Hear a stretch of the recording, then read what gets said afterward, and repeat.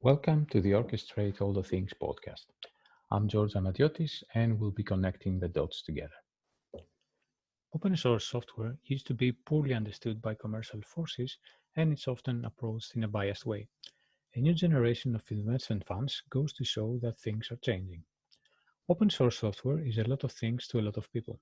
For some people, engineers mostly, it's a way to work on their passion, be involved in a community, and give something back to the world. For others, business people mostly, it's a way to grow projects organically and sell software without actually investing too much in sales. It's a nuanced topic and we've tried to explore it from many angles. From the business angle, exploring open source vendor relationships with hyperscalers, mostly Google and Amazon. From the contributor and license engineering angle, exploring different models for commercial open source projects. And from the community angle, exploring metrics for community health and value generation evaluation. Today, we explore open source software and its commercialization from yet another angle, the investment angle. There are a couple of venture capitals out there that seem to be ahead of the curve in terms of their understanding of and investment in commercial open source companies. Runa Capital is one of them, and we caught up with Konstantin Vinogradov, Runa Capital Principal, who shared views, findings, and an outlook for commercial open source software. I hope you will enjoy the podcast. If you like my work, you can follow Link Data Orchestration on Twitter, LinkedIn, and Facebook. Well, I'm principal of Runa Capital. I'm based in London and I'm mostly focused on enterprise software, different deep tech solutions and fintech. And I joined Runa quite a long time ago, more than 8 years ago in 2012. And Runa is actually a venture fund, started in 2010. And we are founded in 3 areas. We are focused on 3 areas. First is cloud business applications. Second is different deep tech technologies, including complex software stuff, for example, open source, cloud infrastructure, security, machine learning applications, quantum computing recently, for example, and so on. And third type of our investments is software solutions for large regulated industries. Industries, well, which are encountered by most of people during their life. So it's education, financial services, and healthcare. They're extremely regulated. They have a lot of legacy, and that's why we believe that there are a lot of things could be built there with modern tech stack and to dramatically change the markets. So we focus on these 3 areas. We were founded by serial tech entrepreneurs who created a few large software companies. One company is called Parallels. This is a Seattle-based company, partially acquired by Ingram Micro and by Coral Group. And maybe you know their application called Parallels Desktop. It's out on every 4th Mac in the world. It actually allows to run Windows-based applications on macOS, and you can find it in every Apple Store in the world. The second company founded by a senior partner is a company called Acronis. This is a Swiss Singaporean company focused on data protection. And they recently raised yet another round of funding and $2.5 billion valuation. Their headquarters based in Schaffhausen in Switzerland. And this is where the money came from for our first fund, but also we have a lot of LPs from United States and Europe, a lot of them from hosting industry, tech entrepreneurs, and so on. We are focused on mostly Series A stage, investing from $1 up to $10 million per company. And we have a lot of forces across the globe. So we have people in Palo Alto, Berlin, Moscow, and myself based in London. Also, I think if you important things about us, we are quite tech-savvy team. So almost all people in our fund, we know how to code. We were developers, software developers, or maybe physicists or computer scientists in the past. And overall, that's why we are focused on tech-savvy solutions and like open source a lot. Mm-hmm. Okay, great. Thank you for the introduction. And yeah, I'd like to pick up on your last sentence, actually. So open source, which is also the occasion why we are having this discussion today, actually. And to give a little bit of background, I'm also very much interested in open source and in all its flavors, including commercial open source as well. And as part of that, recently, I did a number of write-ups. So one of them was about an analysis that some people did on GitHub regarding, they try to explore different contributions on open source projects, where each of them is coming from, and so on and so forth. And there was another one more recent that in which I had a chat with the lead from the Chaos project. And this is a project under the Linux Foundation, which does community health analytics, basically. It's found that a very interesting topic. And while doing this, the research for this article, I also came across your open source index, and we're going to discuss in more detail about that. And that's kind of piqued my attention. And so I got to learn about you and the work that you do. And so before we actually go into the specifics of the open source index that you produce, let's talk a little bit about open source and commercial open source. And well, what kind, how do you position yourselves, let's say, as a venture capital in this regard, whether you actually have any investments at the moment in open source companies, and how do you see that playing out in general? So, there's a number of open questions around. So can open source and commercial success coexist? What kind of licensing is the right one, and so on and so forth? Well, we invested in our first open source company in 2010. It was a company called Cloud Linux. Actually, it was one of the first companies in our portfolio as a venture fund. And then in 2011, we invested in Nginx Web Server, for example, which was acquired in 2019 for $700 million. And we started investing in open source before it became a mainstream. And it was quite hard at that moment because not all venture funds understand how it works, and the common perception on the market was, well, how to make money on something which is totally free and could be easy copied and so on. But well, since that time, market perception has changed. Now even public market understand how open source works and values open source companies at quite high price. Since that time, we invested, for example, MariaDB. This is another company in our portfolio created by MySQL founder, Michael Denius. Also invested in A10, Forested, and a few other companies which have some open source repositories. Overall, we believe a lot in this model, and we see that market has changed, especially, I think the new wave for open source started in 2017, when people started to care more about decentralization on the one side, about cost efficiency and customization on the other side. So I think there are a few waves how software develops. So there are a lot of, there could be a wave of, let's say, simplicity, and SaaS was some kind of wave of simplicity when people migrated from hard on-premises things to the cloud managed by some other vendor. And then we have another movement in other direction. People would like to have something customized, maybe again on premise or in hybrid mode, but now they would like to have not just one fits all solution in the cloud, but they would like to have something which suits exactly their needs.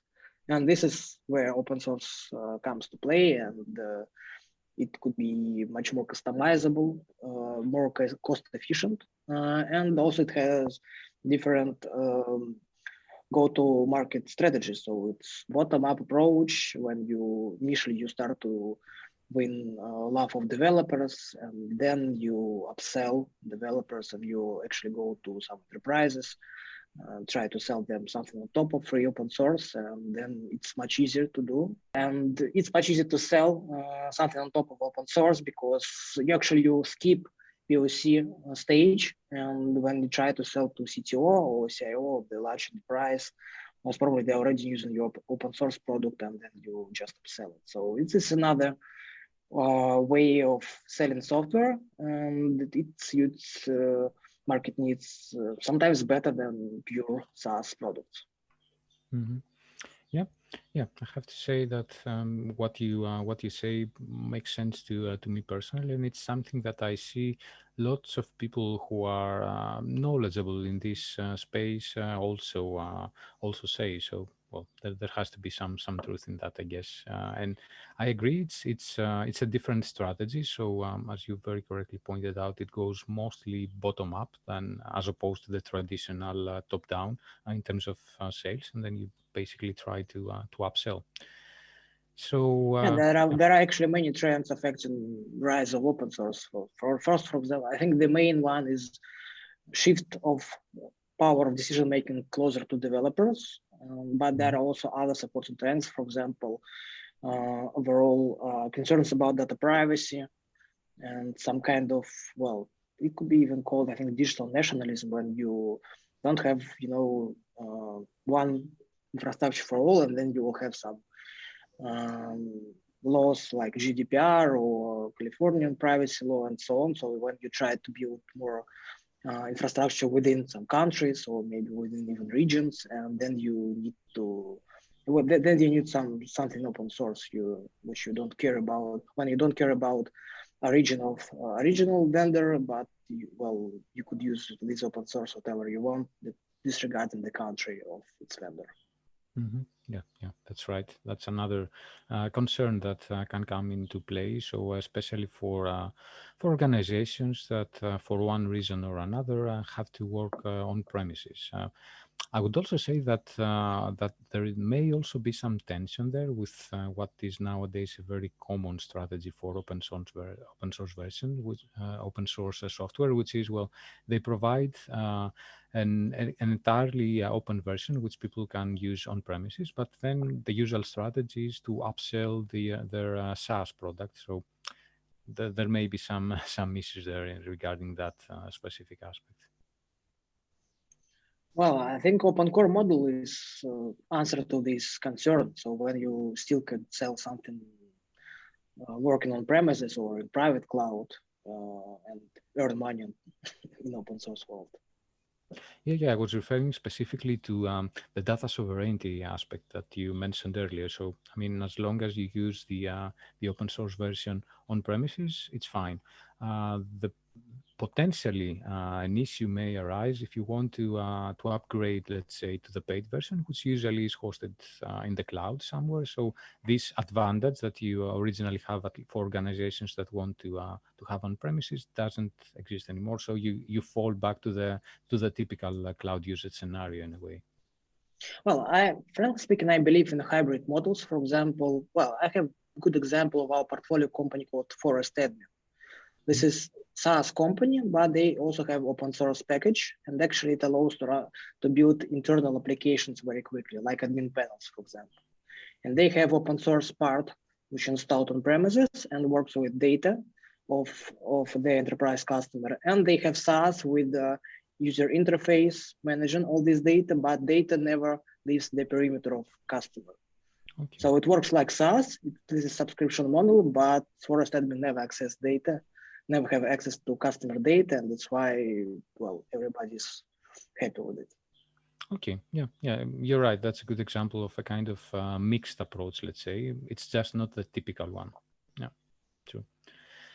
All right, so now that we've sort of established, let's say, the advantages of open source and your specific interest in it, I was wondering if you'd like to say a few words about this open source syntax that you have created, and to give a little bit of introduction myself. As far as I was able to figure out, it looks like an index of open source companies, and it looks very much aligned to what you as an organization are aimed at. So early stage open source companies, basically, and it tracks their growth. Would you like to expand a little bit and just tell us when did you start doing that and what's the rationale behind it? Sure. It started about a year ago when I played with GitHub data. And well, actually, I was trying to leverage GitHub data to find fast growing startups. And when I was doing this, I thought, okay, we have so many different SaaS metrics and benchmarks, what is good and what is bad for a SaaS company. but we have nothing about open source company. How could we define is it fast growing company or not? We have no data about this. And then I decided that, well, if I have a lot of data from GitHub, I could create some kind of open source growth benchmarks to evaluate growth of repositories, at least by stars. And then actually I published this article, and then I just added top 20 startups which have the fastest growth in that quarter. And then eventually I started to receive a lot of interest from different VCs or startups on this theme, and I thought, wow, it's something which is really interesting for the community. And I thought, why not to share it with the community? And then the next quarter, I launched the ROS Index, Runa Open Source Startup Index, which lists top 20 startups every quarter by their growth of GitHub stars. So it's constructed in the following ways. So we collect data about all GitHub repositories having more than 1,000 stars every day, actually. Then we take the first and the last day of quarter, calculate the difference, calculate relative growth rate, and then we sort all repositories by this growth rate. And then manually, as an investment team, we go through this list from the top and then try to find startups. Actually, we define startups as a product-focused organization which have, well, any meaningful connection with the repo, founded less than 10 years ago, raised less than $100 million in non-funding, and which was not acquired or went public at least this quarter. And then we just publish this list every quarter, and well, it's mostly used by open source founders, by developer community managers, by other venture capitalists, because it actually highlights the most interesting things every quarter. What is hot in open source space in terms of startups, and well, usually companies mentioned in this list, they raise funding maybe 1 or 2 months after publishing, if they didn't raise before. Okay, well, it's interesting. I was meaning to ask you about the actual methodology that you apply and the actual metrics that you take into account when deriving this index. And I was kind of imagining that you probably have an elaborate formula, but I don't know. You kind of brought me down to earth with what you said, that it sounds like you just count GitHub stars. Is there nothing, no other metrics that you take into account for this index? Well, at current moment for this index, we use only GitHub stars, but of course it's not the best metric. It's not the only one metric. Internally, we use a lot of metrics and we calculate a lot of things. But GitHub stars is very simple and understandable thing. So we started with this and it worked. Also, for example, recently I published a post about contributor analysis, because contributors, well, actually GitHub stars and contributors, they are two parts of the same system, where contributors are the most advanced users, people who actually make pull requests and contribute to code, and GitHub stars are just likes of people who know about the repo and actually liked it. So this is just two parts of the one funnel. And so I focused more on contributors recently. And for example, it's very hard to compare repositories by contributors, because different kinds of repos attract different people, and it's not fair to compare some JavaScript framework with databases, because entry level is very different. Entry barrier. That's why, for example, I focused on databases and compared only only databases by contributors, by their growth, by active contributors, new contributors, and for example, used even some decentralization metric just to compare databases and distinguish them from one-man show and community projects. Mm-hmm.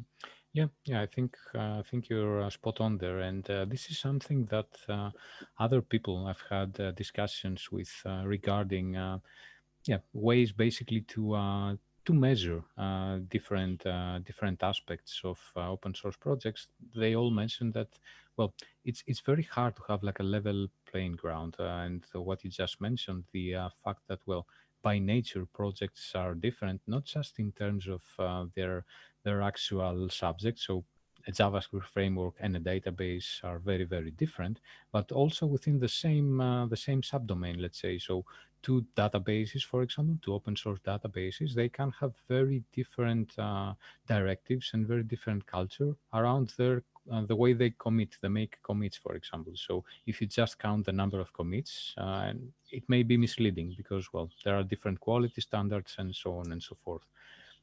And Yeah, I'm sure but this is. as a VC, we care less about absolute numbers. We care more about the growth. And even if there are different cultures of commits, different repos, they probably could have we could compare them by growth rates. Mhm.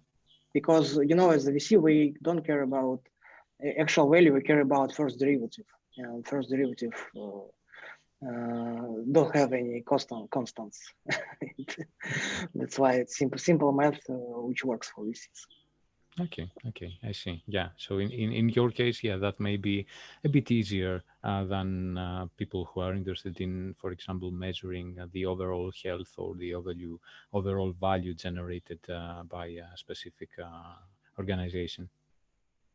Yeah, well, actually, I believe in specialized indexes as well. So very soon we'll launch our first index for open source databases, Hmm. where they are compared by active contributors, new contributors, and other meaningful uh, metrics, not only by stars. Okay, that's very interesting. And when you do that, well, please let me know. I also have a personal interest in that. So as an analyst, yeah, when I Well, compare. I could actually make some kind of preview of this index. It's Mhm. still in development, but I think it could be interesting for you to take a look.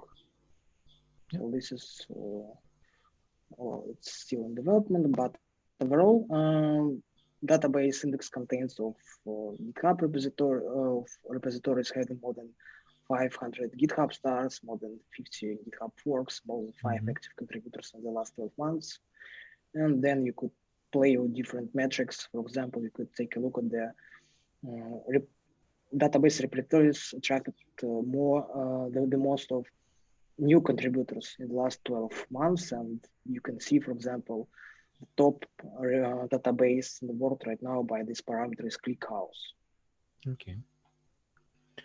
Yeah. Or, for Yeah. example, you could compare it by total contributors and see that the most uh, contributed databases are Spark SQL and Elasticsearch Mhm. by total number of contributors.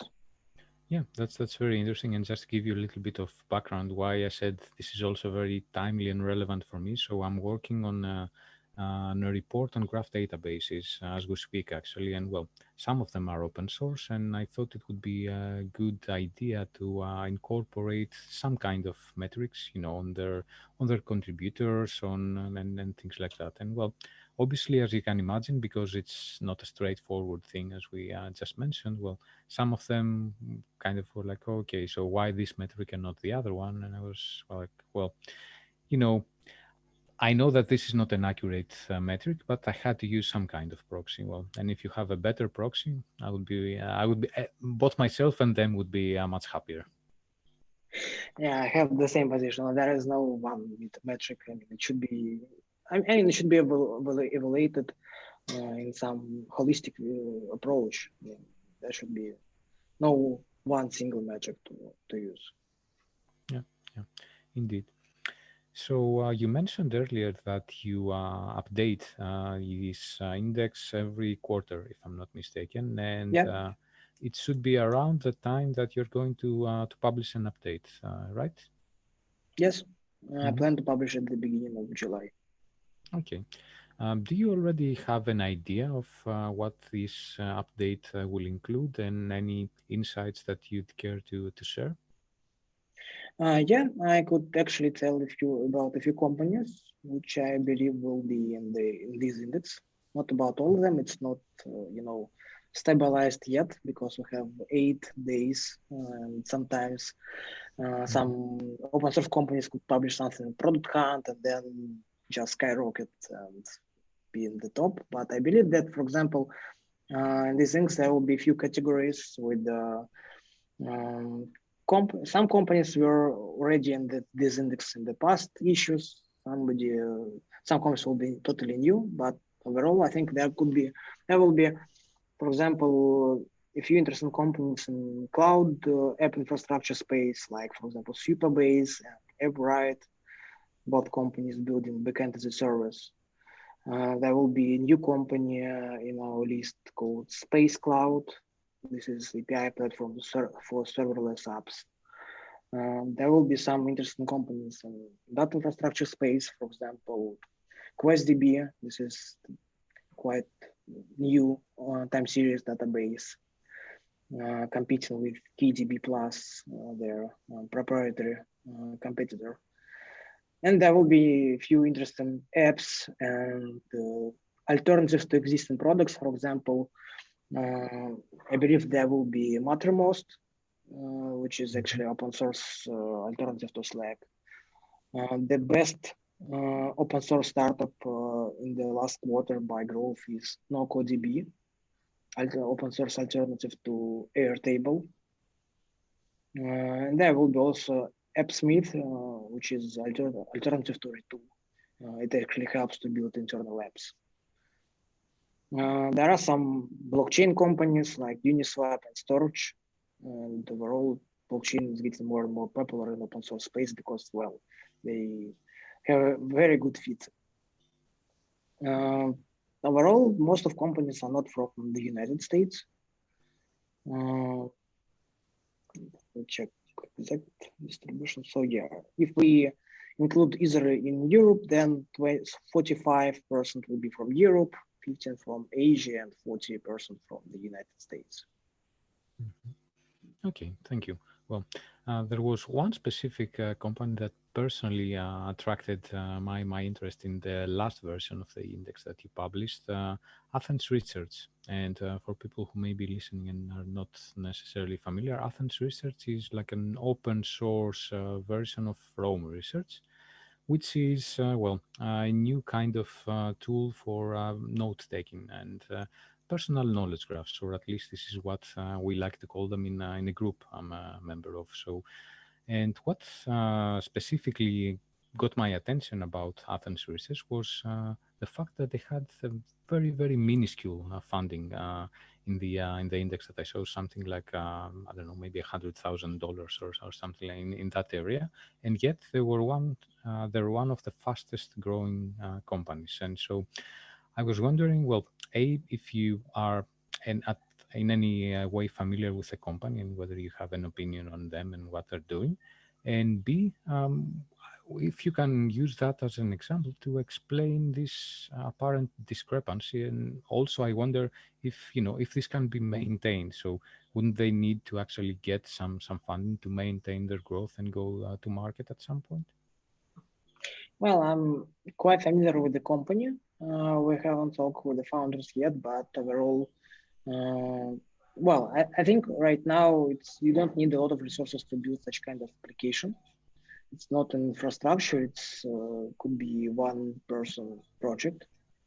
It became very popular after Rome research and similar applications because, well, people like network based note taking actually, because people think in that way. And I don't think it requires a lot of funding, frankly speaking, for the scaling, but I think it's getting more and more popular because, as I said, people tried a lot of simple things, and there was some kind of wave of simple software, simple from usage point of view, and now people shifting more to customizable and maybe more complex software. And well, there is another event happened recently. Notion opened the API, and there are a lot of integrations emerging with Notion, and I think that Athens Research could play in this segment as well. So it will be some kind of network-based infrastructure for note-taking, and then you could combine it with other lifestyle systems, like maybe some logs or whatever you could connect via Zapier or FTTT, and then people could build some kind of lifestyle operating system on top of Athens research. Mhm. But frankly speaking, it's not the kind of software I would like to invest in, just because it's more consumer driven, and there are plenty of note-taking applications on the market, and it's all about, I think, more personal choice. For example, I don't use Athens research or Rome research, and I use other kind of note-taking apps, and I am totally happy with it. And I believe that it's about some segmentation. Maybe they will find their target audience, and then it will be very cool software for them. But I can see how it solves massive and painful problem current one. Mhm. Okay. And this particular example aside, would you say that a company that has this little funding basically would be able to go to market at some point, or it is getting some substantial funding a requirement? Well, it could happen if we talk about open source. It doesn't require a lot of cloud infrastructure, right? Because it to run on people's premises, and you don't need to host high scale SaaS solution. That's why actually your only costs are development costs, and well, for lifestyle applications, it could be not very high cost, frankly speaking. Let's say for large enterprise software, you need to develop a lot of enterprise features, you need to provide SLA and so on. So, I mean, it requires a lot of resources. And for personal applications, I mean, it could be very simple, still solve some problem. So, I mean, they could raise a lot of money and to invest, for example, in marketing, but maybe they could become very viral and don't require any additional funding. For example, like Zapier, right? So I think there is small round at the very beginning, and then they just recently sold some secondaries to Sequoia, but they raised nothing actually for many years. Okay. And there are some examples of companies on the market which became very large companies without raising significant funding. Mhm. And infrastructure now is very cheap. Yeah, well, but you still need it, as you pointed out. So, going back to what you mentioned earlier about this new index that you're working on, which focuses specifically on open source databases. This is kind of my area in a way, and one of the discussions I often find myself having with people these days is that, well, there seems to be too many choice in this market at the moment, like too many databases to choose from. So I'm wondering if you see a consolidation happening. Many people I talk to are of this opinion. And what do you think would be the defining characteristics for the companies that survive this consolidation? Well, I believe there will be many databases because there are plenty of use cases and plenty of different organizations with different requirements. So, of course, there are some very large database vendors like Redis or MongoDB or Elastic or other guys everybody knows about, but there is long tail of niche databases focused on some particular use case. And well, I'm not sure about consolidation of these markets. So for example, well, there is like Neo4j for graphs, and there is, for example, ClickHouse for column-based use cases, let's say in that way, and maybe a few others, but well, I see no value in uniting all databases into one package, actually, or under a few vendors. I think there will be different vendors for different use cases, for different data structures. Okay. Well, And yeah, there are actually, still will be like, free adoption of databases with a long tail of freemium of just free users. And there will be some enterprise databases, like Redis or Mongo, Snowflake, and so on. mhm. Okay. So, do you have any favorites that you're interested in, or well, you're free not to answer actually, because I guess if you did, well, you would be giving away information, and I'm not sure you want to do that. But well, let's rephrase. Do you have any favorites besides the one that you're considering for investment?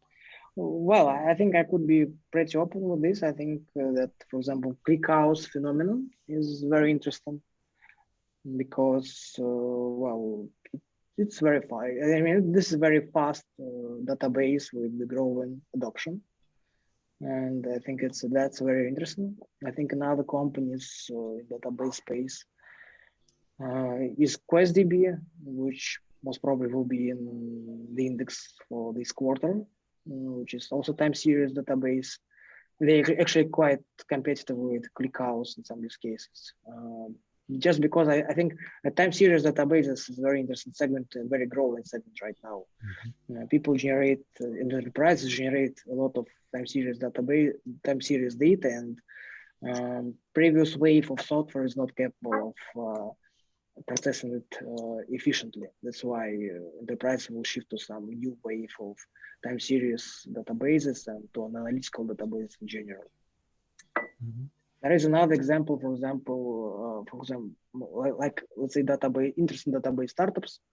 I think HDB is quite interesting database from the United States, built on top of Postgres, but with some additional features like ORM and so on. Okay, well, great, thank you. And well, some of these were in my radar as well, and some were not. So thanks for giving me well, pointers basically, and directions to investigate. So yeah, thanks. It's been really interesting, and thank you for sharing your ideas and what drove you actually to create this index, which, as you mentioned, apparently other people have discovered as well. So I'm really looking forward to seeing the new version. Yeah, it will be available, I think, the first days of July. I hope you enjoyed the podcast. If you like my work, you can follow Link Data Orchestration on Twitter, LinkedIn, and Facebook.